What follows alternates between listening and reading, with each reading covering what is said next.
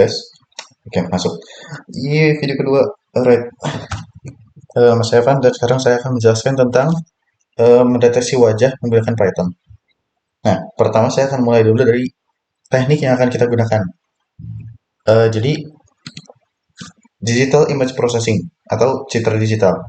Jadi ini tuh adalah proses di mana sebuah komputer akan mendeteksi uh, gambar yang akan diinput untuk mendeteksi fitur-fitur yang ada di dalam gambarnya itu. Contoh muka. Nah, apa yang bakal saya pakai di sini? Jadi pertama ada PySimple GUI.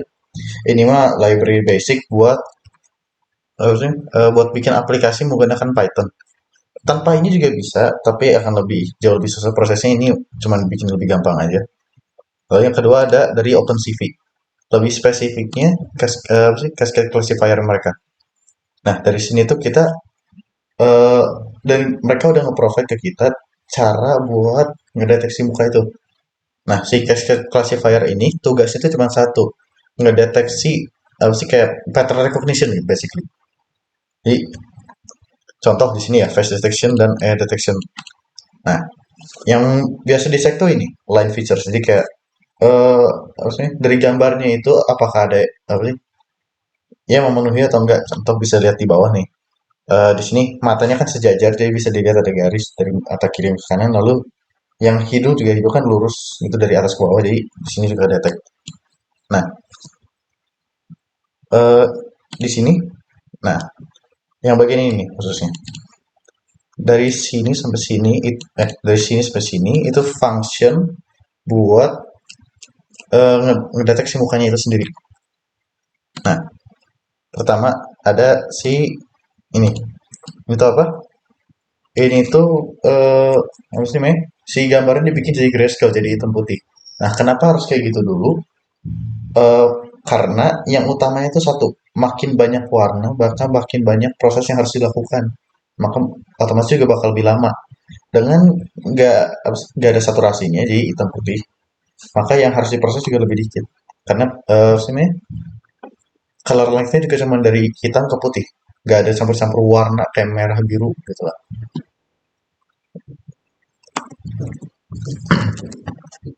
Lalu di sini, nah ini bagian yang buat ngedeteksi si patternnya itu.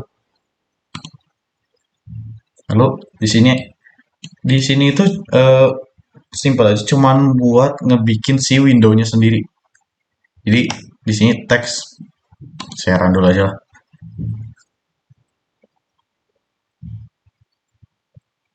Oh bloody hell, oh lord, nope. Oke, itu bakal dibahas nanti.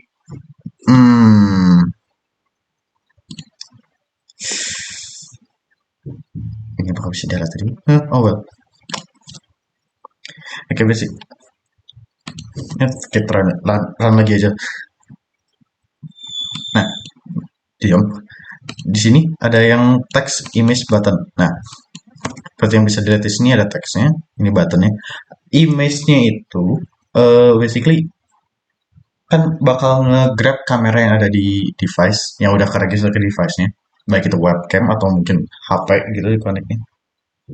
Bakal muncul di sini sebagai si format image itu. Cuman karena ya lagi digunakan dengan OBS kameranya, walaupun nggak aktif, eh, tetap nggak bisa karena udah keklaim sama si OBS itu. Jadi ya stop aja. Nah, ini apa ini? Ini cuman variable basic buat nge-startupnya.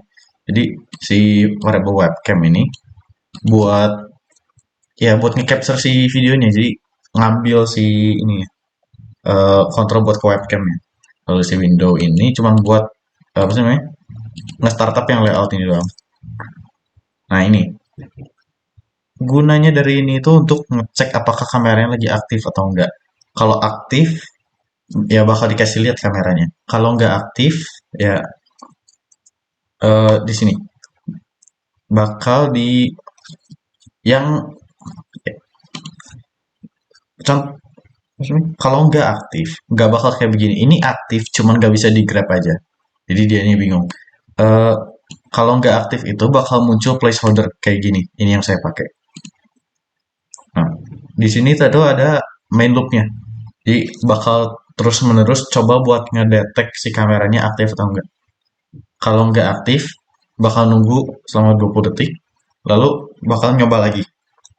Kalau selama 20 detiknya itu bakal pakai yang placeholder image yang ini. 20 detik lagi, masih nggak aktif, ulang lagi. Ulang apa sih? Masih belum aktif, ulang lagi. Begitu udah aktif, baru di display si kameranya. Kalau bisa di grab.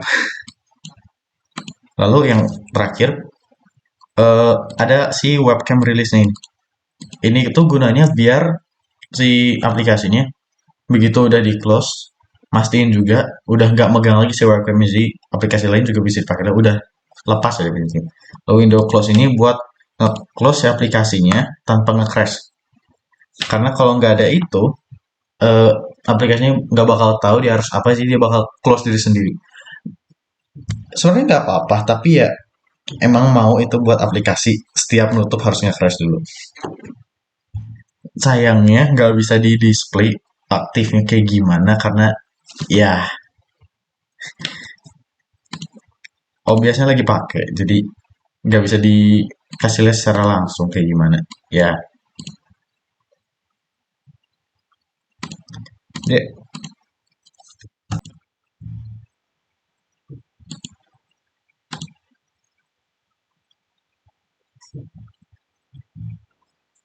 Oke.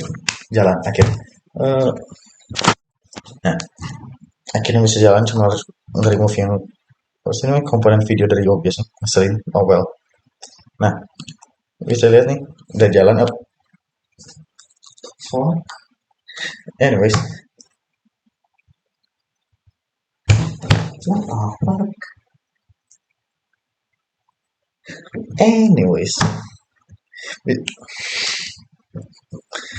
anyways, bisa dilihat nih, dia sekitar mukanya ada kayak kotak gitu. Nah, itu tuh dari yang ini. Jadi slide apa sih ini, record slide correction ini tuh gunanya bukan buat ngedetect kalau apa sih namanya kameranya aktif atau enggak, sorry. Itu tuh gunanya ngedetect apakah ada muka atau enggak. Jadi apa sih namanya, dan ini bukan 20 detik, tapi kayak kalau nggak salah 1 detik 20 ini tuh. Tik, kalau nggak salah 20 detik, jadi 1 detik nih. Jadi setiap detik dia bakal ngecek apakah ada muka atau enggak. Kalau ada muka, bakal apa sih? Nah ini nih. Jadi dia tuh fungsinya ngapain? Dia apa sih? Bakal nge-save setiap frame menjadi sebuah PNG yang bakal di-load di sini. Nah, makanya tadi pakai yang image komponen. Nah, ini. Karena dia tuh nge-load sebuah image terus menerus, jadi save apa sih? Save load. Jadi setiap detik di save lagi, detik selanjutnya load lagi sambil save juga. Makanya apa sih? Rada jittery juga gini. Kadang ada, kadang enggak, karena enggak secepat itu dia prosesnya. Jadi ya cukup. Eh, udah kerja nih, udah kelihatan contoh langsungnya juga.